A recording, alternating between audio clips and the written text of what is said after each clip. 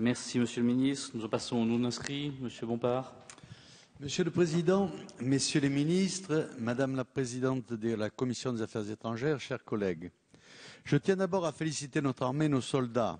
Alors que les crédits militaires diminuent sans cesse, que les équipements sont parfois vieillissants et que les interventions extérieures se multiplient, et bien que nos troupes soient dispersées aux quatre coins du monde, l'armée française a rempli sa mission au-delà de toute attente, sans aucun soutien réel de nos alliés, lorsque le président de la République l'a envoyé combattre au Mali. Je tiens à rendre hommage au commandant Damien Boiteux et à l'adjudant Harold Vormezel, qui sont tombés sur le sol malien. Nous discutons des suites de cette intervention militaire, mais nous sommes incapables de prévoir quand se terminera les opérations.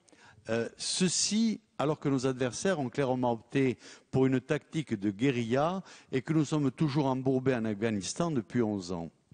Pour gagner la paix, encore faudrait-il que nous ayons un objectif clair. Quel est-il, Monsieur le Ministre? Le premier problème du Mali concerne ses frontières. Comment comptez-vous répondre aux aspirations légitimes du peuple touareg qui réclame son indépendance dans le Nord? Le second problème du Mali est l'islamisme contre lequel nous n'avons aucune solution concrète à ce jour. Permettez-moi de m'interroger également sur la légitimité même de notre intervention.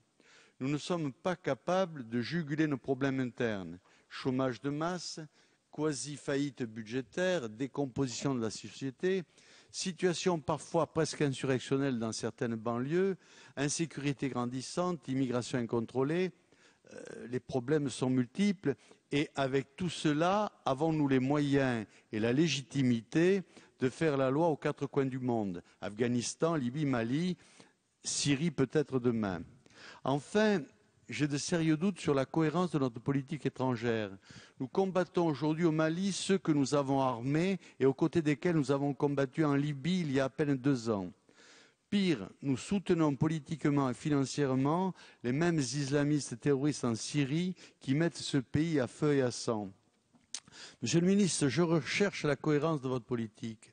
Aussi, monsieur le ministre, je vous demande si vous ne pensez pas que dans cette opération, nous ne nous retrouvions pas dans un nouveau bourbier après celui de l'Afghanistan. Je vous remercie.